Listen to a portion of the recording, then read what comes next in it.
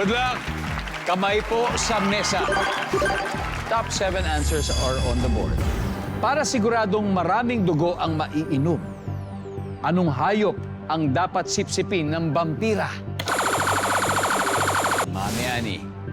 Baboy. Marami-rami siguro dugo yun. Lalo mga inahin siguro. Nandyan ba ang baboy? Top answer. Pass or play po? Play. Let's go play. Up. 6 to go. So Jeff, para sigurado maraming dugo ang mainom, anong hayop ang dapat sipsipin ng vampira? Pusa. Pusa! Oh dear! Oh dear! Survey.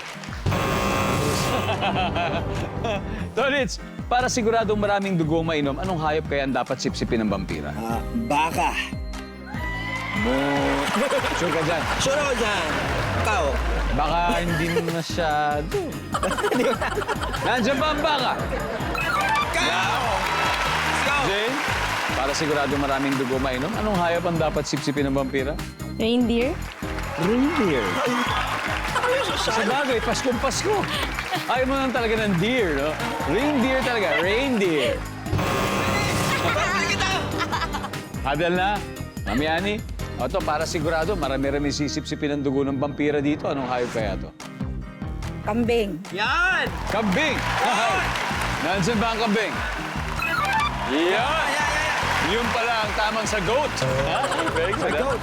Meron pa. Jeff, para marami ang mga dugo makuha ng vampira, anong hayop kaya sisipsipin? Manok. Manok! Manok! Pwede! Ang sabi po niyo ay manok. Ang sabi ng survey ay... Wala. Alright. Prof. Glenn, ano kaya to? Kabayo. Kabayo, Daddy Zenon? Kalabaw. Kalabaw, Zymik? Kambing.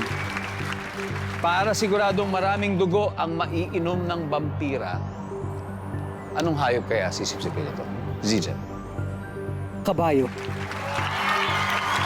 Kabayo! Magkapuntos na kaya sila sa wakas?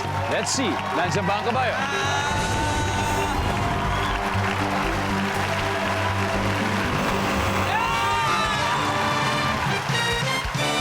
Let's go! Tignan natin yung na-miss out. Number 6. What is this, everybody? Number 5. Number 4. Ayun, kalabaw. Kalabaw. And finally, number 2. Pinakamalaki sa lahat.